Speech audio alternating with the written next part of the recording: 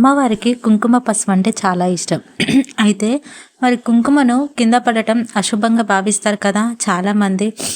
ఇది అపోహ మాత్రమే. ఎందుకంటే అనుకోకుండా పొరపాటున కుంకుమ కింద పడ్డప్పుడు అలా పడ్డ చోట భూదేవికి బొట్టు పెట్టి మిగతా కుంకుమను చెట్లలో వేయాలన్నమాట. ఇది వాస్తవం. కానీ నిజానికి కుంకుమ కానీ కుంకుమ భరిణ కానీ కింద పడటం కానీ శుభ సూచకం అని చాలా పండితులు కూడా చెప్తున్నారు. భూమాత తనకు బొట్టు పెట్టమని చేసే సంకేతం అది అనమాట. ఏదైనా పూజ కానీ వ్రతం కానీ చేసినప్పుడు కుంకుమ కింద పడటం అత్యంత శుభకరం అనమాట. అది అమ్మవారికి అనుగ్రహం ఉంది. అది అమ్మవారి అనుగ్రహం కల్పిస్తుంది. తానుగా అమ్మ మన చేత బొట్టు పెట్టించుకున్నట్లుగా భావించాలి. అటువంటి అదృష్టాన్ని అశుభంగా భావించటం చాలా బాధాకరమైన విషయం. అలా బాధపడటం సరికాదు. అందుకనే కుంకుమను కింద పడినా మంచిదని. ఏదైనా శుభమైనా అది ఏదైనా దేవుడి వల్లనే జరుగుతుంది కాబట్టి సో అశుభంగా భావించకండి. Sorry for background noise video. Thank you for watching.